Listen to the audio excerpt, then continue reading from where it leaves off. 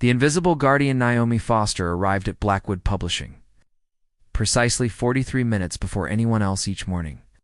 The early hours were her sanctuary time to breathe. In the quiet of the gleaming office before the cacophony of ringing phones and urgent voices filled the space, her desk, positioned just outside Harrison Wells' office, was meticulously organized, pens arranged by color, sticky notes in perfect stacks, and a small potted succulent that required minimal attention. At 34, Naomi had perfected the art of existing without being seen. She wore muted colors that blended with the office walls, kept her auburn hair tied back in a simple knot, and spoke only when necessary. Her efficiency as Harrison's executive assistant was unmatched, yet he rarely made eye contact during their brief interactions. "Morning, Mr. Wells," she said softly, placing his coffee on the corner of his desk cream.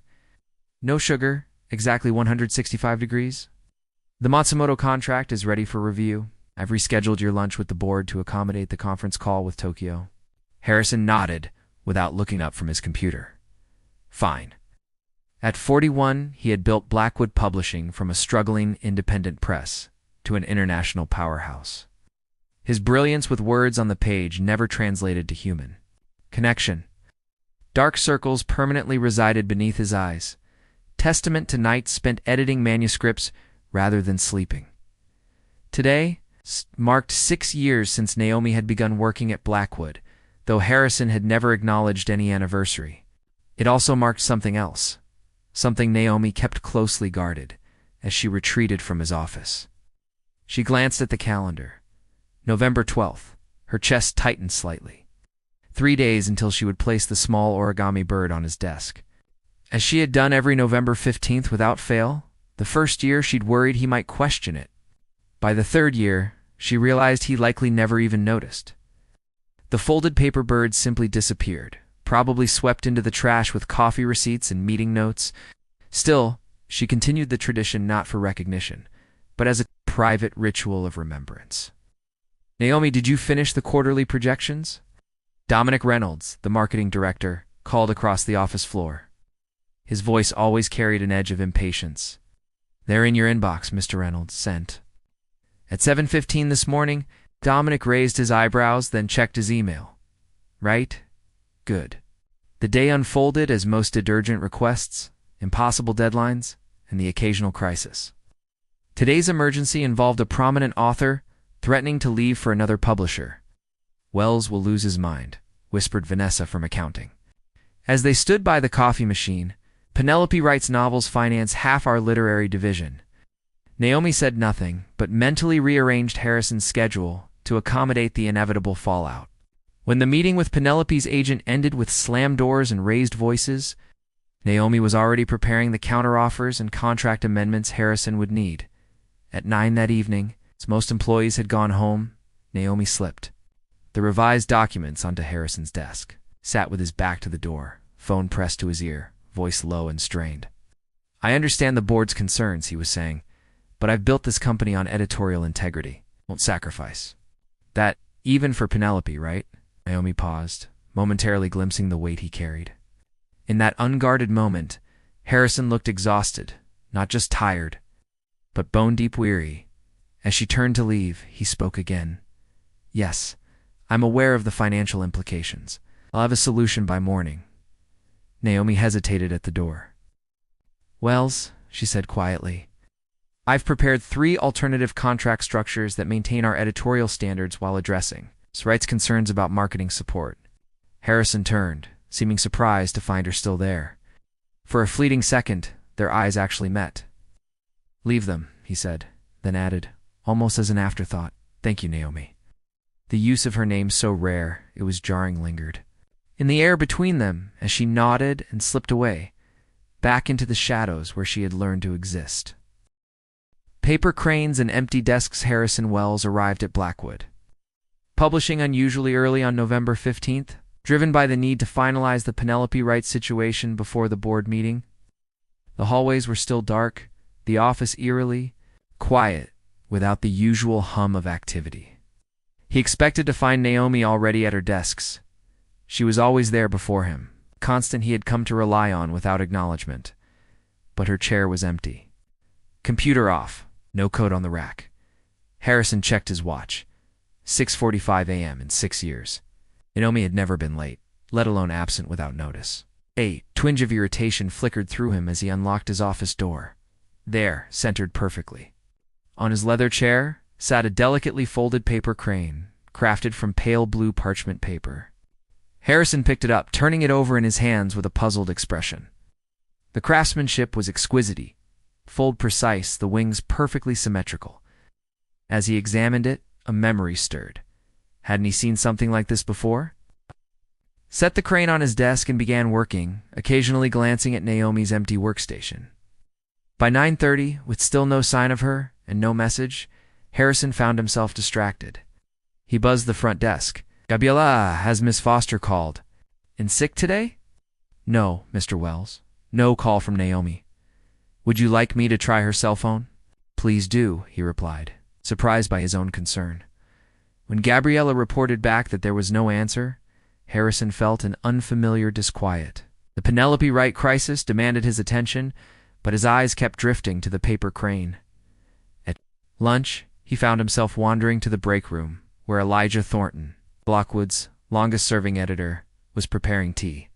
At 67, Elijah had been with the company since before Harrison took over, a living repository of institutional memory. "Elijah, have you noticed Foster's absence today?" Older man looked up, silver eyebrows raising slightly above wire-rimmed. "Glasses? Naomi?" "Yes, quite unusual for her, though not on this particular date." Harrison frowned. "What do you mean?"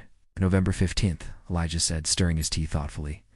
"She's taken personal leave on this date before, not every year. But several times? I assumed you knew. Why would I know that?" Harrison asked, more sharply than intended. Elijah regarded him with a mixture of surprise and something that looked uncomfortably like disappointment. "Because she's been your right hand for 6 years, Harrison, and because of what the date signifies." Harrison's irritation flared. He disliked feeling uninformed, especially about matters within his own company. "I don't have time for riddles, Elijah. If you know something, just say it." "November 15th was the day of the Riverstone Bridge collapse," Elijah said quietly. Years ago, the words hit Harrison like a physical blow. The Riverstone Bridge, a name he had worked hard to forget, compartmentalize, bury beneath work and achievement and forward momentum. "What does that have to do with Foster?" he managed to ask, his voice unnaturally tight. Elijah set down his teacup. "Her father was Thomas Foster. He worked for you during the early days of Blackwood before the company took off." Harrison felt the blood drain from his face. Thomas Foster, brilliant editorial director. His mentor during those desperate early years when Blackwood teetered on the edge of bankruptcy. Thomas, who had believed in Harrison's vision when no one else did. Thomas, who had died saving Harrison's life when their car skidded off Riverstone Bridge during a thunderstorm. Returning from a make-or-break meeting with investors. "Foster," Harrison whispered. "Naomi Foster. Thomas's daughter?" Elijah nodded. "She applied under her married name, originally Naomi Fosterchen. After her divorce, she went back to just Foster. I assumed you'd made the connection." Harrison sank into a chair, memories cascading through the carefully constructed walls of his mind. Thomas had mentioned a daughter studying library science, had shown photos of a girl with auburn hair and a serious expression. How had Harrison failed to recognize her? How had he never bothered to learn the basic details of the woman who managed his professional life? "The paper crane," Harrison said suddenly. "She leaves one on my chair every November 15th. Japanese tradition," Elijah explained. Cranes "Symbolize healing and hope." Thomas spent 3 years teaching English in Japan before joining publishing. He used to fold them for Naomi when she was a child. Harrison returned to his office, the right crisis momentarily forgotten. He opened his desk drawer and began searching through years of accumulated papers, looking for something he wasn't sure he had kept. In the bottom drawer, beneath contracts and award certificates, he found a small, worn photograph from Blackwood's 5th anniversary celebration. There was Thomas, arm around a much younger Harrison, both smiling with the exhilaration of survival against the odds. And at the edge of the frame, partially cut off, stood a young woman with auburn hair pulled back, watching her father with quiet pride. Naomi. She had been there all along. Harrison picked up the blue paper crane from his desk, suddenly understanding. It was not the first. For years, she had been leaving these memorials, honoring her father's memory and Harrison's survival. Without ever drawing attention to herself or their connection, without a word to anyone, Harrison grabbed his coat and headed for the elevator. The weight of memory, the cemetery lay on the outskirts of the city, its rolling hills dotted with stone markers and autumn bare trees. Harrison hadn't visited in nearly 8 years, not since the funeral, when he'd stood at the back, paralyzed by grief and guilt, unable to approach Thomas's family, unable to face the daughter who had lost her father because Harrison had insisted on driving through the storm to make the meeting that would save his company. Now, as he navigated the winding paths between gravestones, the weight of memory pressed down on him with each step. The November air bit through his expensive wool coat he'd left in such haste he'd forgotten gloves, and his fingers were numb with cold. He didn't need to check the plot number. His feet remembered the way, though his mind had tried to forget. As he crested a small hill, he saw her. Naomi knelt before a simple granite headstone, arranging a cluster of paper cranes in a semicircle at its base. Even from a distance, Harrison could see each was a different color, a rainbow of folded offerings. She wore a dark green coat, her hair loose around her shoulders instead of in its usual tight knot. The sight of her outside the office context was jarring, like seeing a character from a film suddenly step into real life. Harrison halted, suddenly uncertain. What right did he have to intrude on her grief? What could he possibly say after years of oblivious indifference? As he stood frozen, in indecision, Naomi sensed his presence and turned. For a long moment, they simply looked at each other across the distance. No office hierarchy, no professional masks, just two people connected by loss and a debt that could never be repaid. "Mr. Wells," she said finally, her voice carrying in the cemetery stillness. Not surprised, he realized, as if she had been half expecting. "Him, Naomi," he replied, using her first name deliberately. I didn't know. All this time I never made the connection." She rose gracefully to her feet. "I never expected you to. You're injured in the accident, traumatized, and Thomas Foster is a common enough name." "Not to me," Harrison said, taking a step closer. "Your father saved my life. He pulled me from the car before it went into the river. I should have recognized his daughter." Naomi studied him, her expression unreadable. "Why are you here now?" "Mr. Wells?" The question hung between them, deceptively simple, yet impossibly complex. Harrison looked down at the blue paper crane still clutched in his hand. "I found this on my chair this morning," he said, "like every November 15th, but today you weren't there. It took my absence for you to see what was present all along." It's rather poetic for a publisher. The gentle rebuke stung more than anger would have. Harrison approached the grave slowly, respectfully, and knelt to read the inscription he had avoided for 8 years. "Thomas James Foster, beloved father. Mentor, friend, words build bridges where none existed," before his favorite saying, Naomi explained. He believed books could create understanding between different worlds. Harrison traced the engraved words with his fingertips. "He said that to me once, when I was ready to give up on Blackwood, when I wanted to publish only commercial bestsellers to stay afloat. He convinced me that literary merit and financial success weren't mutually exclusive."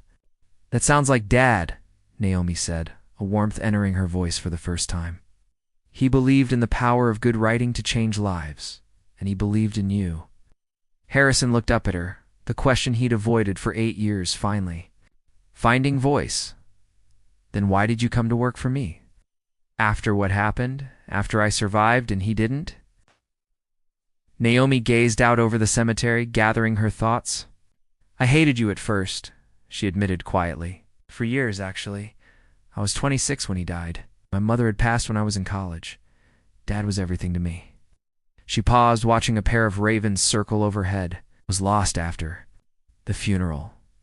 Drifting. My marriage was already falling apart. Then one day I saw an article about Blackwood Publishing winning a national award. There was a quote from you, saying the company's commitment to literary excellence was a legacy you carried forward from your early mentor. Harrison remembered that interview. He had almost mentioned Thomas by name but stopped himself. The guilt. Still too raw. You didn't name him, Naomi continued, but I knew, and something shifted in me. I realized Dad's work lived on through Blackwood, through you. I applied for the executive assistant position without expecting to get it. I used my married name. Wasn't trying to hide exactly, but I wanted to be hired on my own merits. And the paper cranes? Harrison asked softly. A private memorial, she said. Ada and I used to fold them together. Japanese legend says, if you fold 1,000 cranes, your wish will be granted. After he died, I started making one every day. I began working at Blackwood. Leaving one on your chair each November 15th became part of my ritual. I never expected. You two understand their significance. Harrison placed his blue crane among the colorful collection at the base of the headstone. I've been blind, he said. Not just to who you were, but to who you are. For the first time, he truly looked at the woman who had silently managed his life for 6 years, saw the intelligence in her eyes, the quiet strength in her bearing, the grace with which she had carried her grief alongside his ignorance. I'd like to hear about him, Harrison said. About Thomas as a father, not just as my mentor. If you're willing to share those memories? Something in Naomi's expression softened, a door opening, just a crack. I'd like that, she said. But not. Here, it's getting cold, and this isn't a conversation for a graveyard. As they walked together toward the cemetery gates, Harrison felt the weight of memory shift, not lifting entirely, Albert. Redistributing itself, becoming somehow more bearable. When shared, bridges over silent waters, they found themselves at Riverside Park, where a stone footbridge arched over the narrow section of the same river that had claimed Thomas Foster's life 8 years earlier. The symmetry wasn't lost on either of them, but neither commented on it as they walked side by side, a careful distance maintained between them. The afternoon light slanted golden through nearly bare trees, and their breath fogged in the chilly air. Harrison had suggested coffee, something safe and conventional, but Naomi had quietly countered with the park. I need sky above me for this conversation, she'd explained simply. They stopped midway across the bridge, looking down at the dark, water flowing beneath them. For several minutes they stood in silence, each gathering thoughts, finding footing in this strange new territory that was neither professional nor quite personal. He used to bring me here to feed the ducks, Naomi said finally. Every Sunday, rain or shine. Even when I was in high school and thought I was too old for it. Even when I was home from college and busy with friends. Water connects everything, he used to say. It reminds us we're all part of the same flow. Harrison gripped the stone railing, anchoring himself against the flood of his own memories. He said something similar to me once. We were arguing about a manuscript, a brilliant novel, but commercially risky. I wanted to reject it. He insisted it would find its audience. Books are like rivers, Harrison, he told me. They find their own path to the people who need them. A small smile touched Naomi's lips. That sounds like him. He had these ... perfect metaphors that made everything clear. We published the book, Harrison added. It won the National Book Award the year after he died. Naomi nodded. The Invisible Current by Josephine Mercer. I remember the day that was announced. I watched the ceremony online and cried when you accepted the award. Harrison looked at her in surprise. You saw that? I watched everything about Blackwood in those days, from a distance, trying to understand why he believed in it you so much. The honesty between them felt fragile, newborn. Harrison chose his next words carefully. I've never talked about that night, the accident, not to anyone. Naomi turned to face him fully, her eyes meeting his without the deference that characterized their office interactions. I think it's time, don't you? Harrison took a deep breath. We were driving back from meeting with potential investors, A major publishing conglomerate was considering backing Blackwood. But they wanted change's more commercial focus, less literary risk-taking. Your father was against it, but I was desperate for the capital. He paused, seeing it all again, the rain lashing against the windshield, the headlights barely penetrating the darkness. The storm was getting worse. Thomas suggested we find a hotel and continue in the morning, but I insisted we push through. The investors needed our answer by morning. We were arguing about it when we reached the bridge. Naomi didn't speak, just waited, giving him space to continue. I was driving too fast for the conditions. The car hydroplaned. We spun out, hit the guardrail. The impact was ... He closed his eyes. Duh. The car flipped onto its side, half over the edge. Thomas was pinned, but somehow he managed to push me toward the broken window. Oh, he kept saying. Get out now. Harrison's voice dropped to barely above a whisper. I didn't want to leave him. I tried to help free him, but he shouted at Mitha. Only time I ever heard him raise his voice. The car's going over, Harrison. One of us needs to survive. Go build our legacy. The pain of the memory was still raw, still bleeding after all these years. I climbed out, tried to reach back for him. The guardrail gave way, and the car. He couldn't finish. Went into the river, Naomi completed softly. With my father still inside, Harrison nodded, unable to speak. They told me he likely died on impact, she said. That he wouldn't have suffered. I wanted it to be me, Harrison admitted. It should have been me. He had a family, daughter. I had nothing but a failing company and ambition. Naomi was quiet for a long moment, processing. Then she reached into her coat pocket and withdrew a folded paper worn soft at the creases, as if opened and refolded many times. This arrived a week after the funeral, she said, handing it to Harrison. His personal effects were mostly destroyed, but they found this in his wallet, somehow preserved. Harrison unfolded the paper with trembling fingers. It was a note written in Thomas's distinctive handwriting.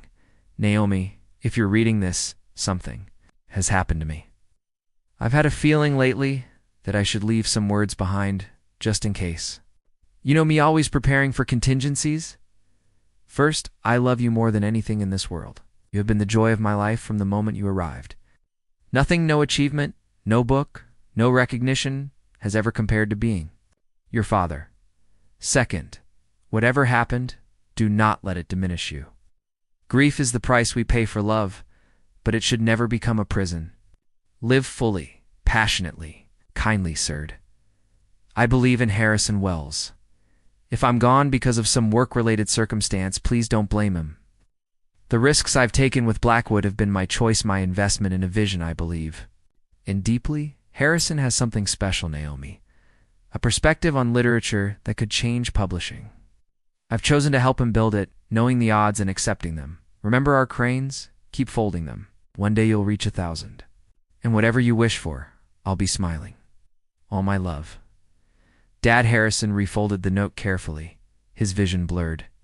I never knew, he said hoarsely, about this letter, about his ... absolution. Neither did I for a long time, Naomi replied. I kept it, but I couldn't bring myself to believe it. It was easier to blame you than accept that he had chosen the risk willingly, that he had believed in Blackwood enough to die for it. And now, Harrison asked, returning the precious document.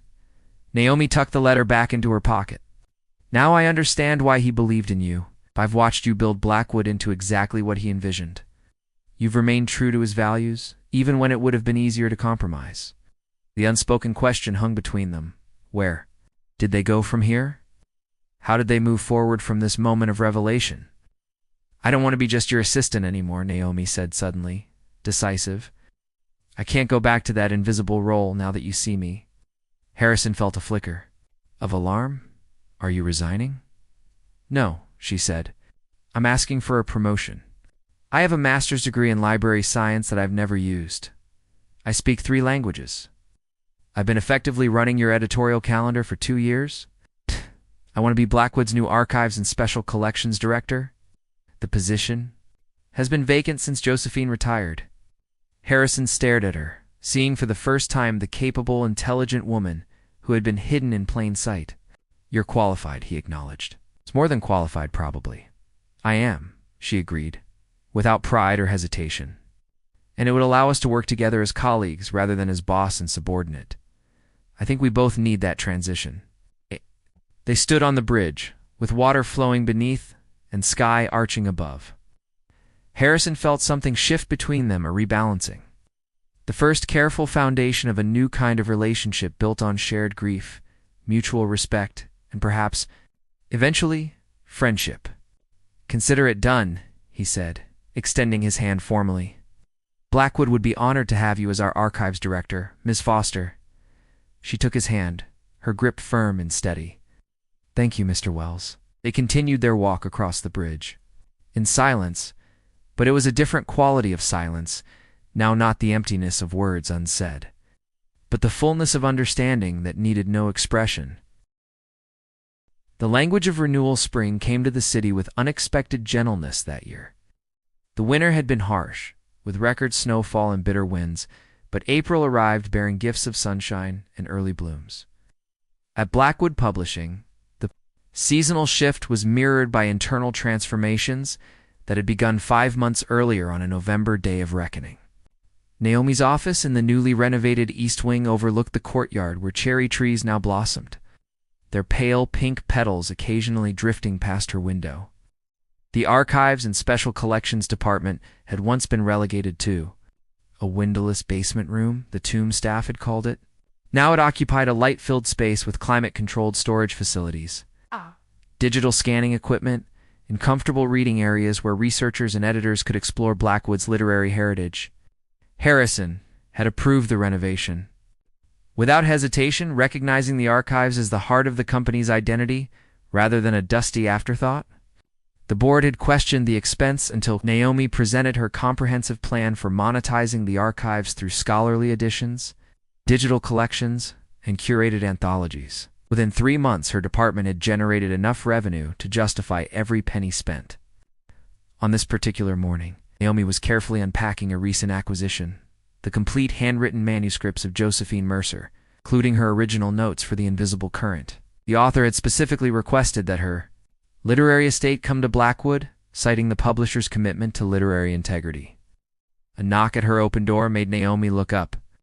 Harrison stood there, less formal than he once would have been, his tie loosened and sleeves rolled up. "The Mercer papers arrived," he observed.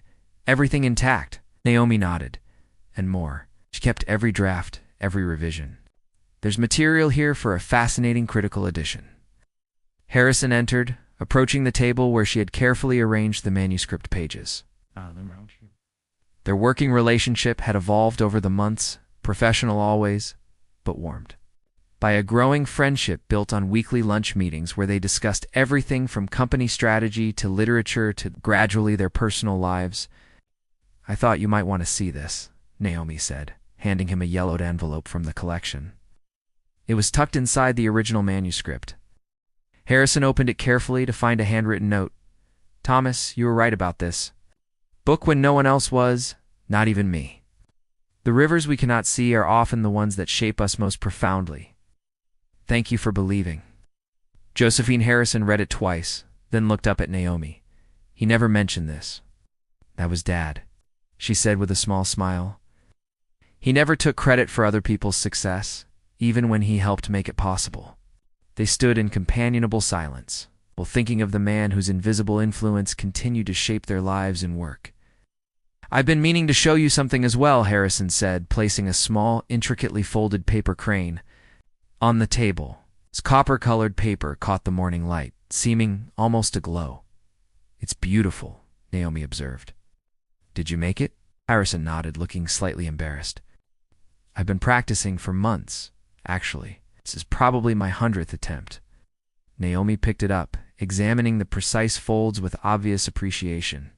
"It's perfect. But why? May I?" Harrison gestured to the desk chair, and Naomi nodded. "I've been seeing Dr. Winters, a grief counselor," he explained, sitting down. "After our conversation at the bridge, I realized I'd never properly dealt with the accident, with losing Thomas, with surviving when he didn't." Naomi leaned against the edge of her desk, listening intently. Dr. Winter suggested I find a tangible way to honor Thomas's memory, something active rather than passive. The origami seemed ... appropriate. It is, Naomi agreed softly. I've made one every day since January, Harrison continued, but I realized I didn't know what to do with them. Then yesterday, I had this idea. He hesitated, suddenly uncertain. Go on, Naomi encouraged. The Thomas Foster Memorial Award for Literary Excellence, Harrison said in a rush. An annual prize for debut authors whose work bridges literary merit and commercial appeal. Exactly the balance Thomas always fought. 4. Each winner would receive a grant publication with Blackwood and... He gestured to the copper crane. One of these. A symbol of the transformative power of words. Naomi was silent for so long that Harrison began to worry he had overstepped.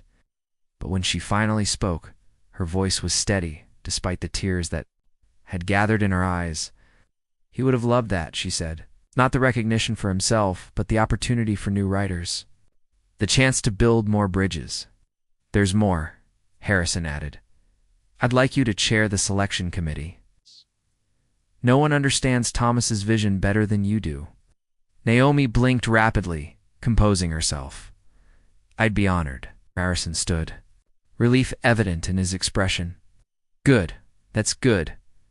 The board has already approved the funding. We can announce it next month at the Spring Literary Festival. As he turned to leave, Naomi called after him. Harrison. He paused, noting her use of his first name, still rare enough to signal something important. Thank you, she said simply. Not just for the award, but for seeing him, for seeing me. Harrison nodded, understanding the depth behind her words. I think we're finally building the right kind of bridges, he replied. The ones that connect people, not just ideas.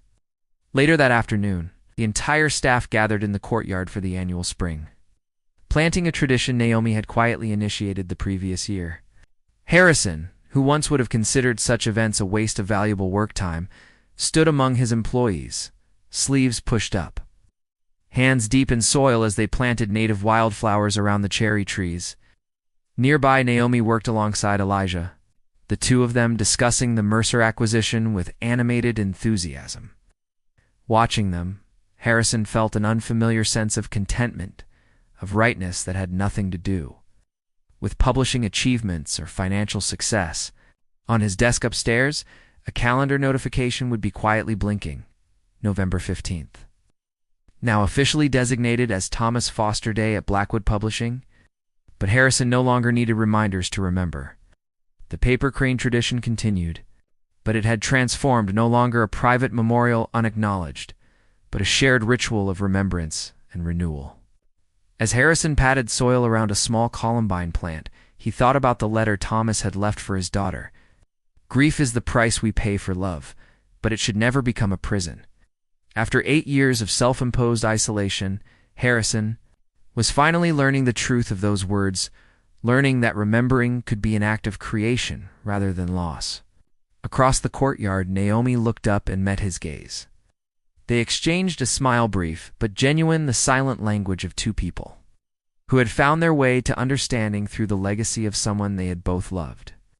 Not a romantic connection, but something equally profound, the recognition of shared purpose, mutual respect, and the quiet healing that comes when grief is finally given voice. Above them, cherry blossoms drifted like pale memories on the spring breeze, falling to the earth where they would nurture new growth in seasons yet to come.